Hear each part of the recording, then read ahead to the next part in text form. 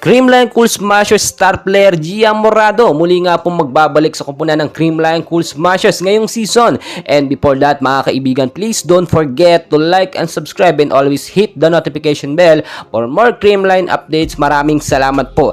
And finally, magsisimula na nga po at malapit nang magsimula ang conference ngayong February 17. At nakita naman natin maraming pagbabago nga sa ating paboritong team na Creamline Cool Smashers.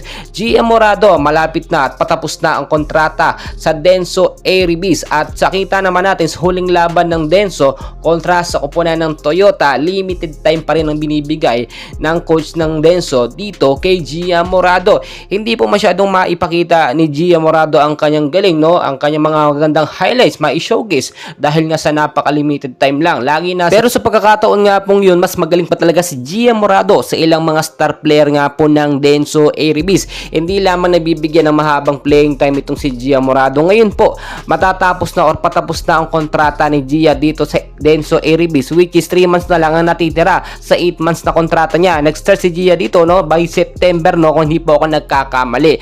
At depending ma-extend yun, depende sa kontrata or sa pag-uusap. At dahil nga po nalalapit na ang conference ngayong February 17, we are expecting na makakahabol ito si Gia Morado. Doon nagsisimula na or ongoing na ang PBL noon, wala namang problema basta makahabol si Gia Morado.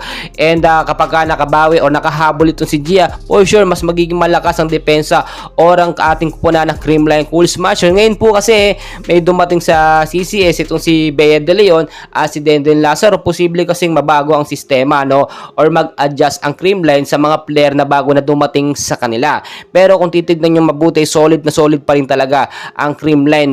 Domi na wala, itong si Sed Domingo, wala namang problema yan dahil mas madaming pumalit na mas magaling. Kaya naman mga idol, kung hindi na mag-extend pa ng kontrata itong si Gia Morado dito sa Denso Airibis, which is 3 months na nga lang ang natitirang kontrata niya, ay makakahabol next conference itong si Gia Morado. For sure, mas malakas at magandang tandem ang mangyayari.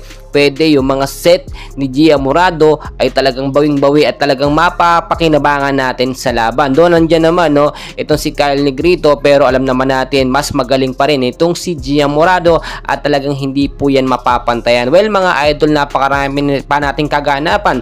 So ilang linggo na lamang po't magsisimula na ang All Filipino Conference ngayong PBL 2024, February 17 yan. So marami nag-aabang sa atin at very excited na ngayong PBL. And please guys mga idol, huwag nyo kalimutan mag-like and subscribe para ma-update ko kayo sa mga susunod na Creamline and PBL updates natin. Maraming salamat po sa inyong lahat.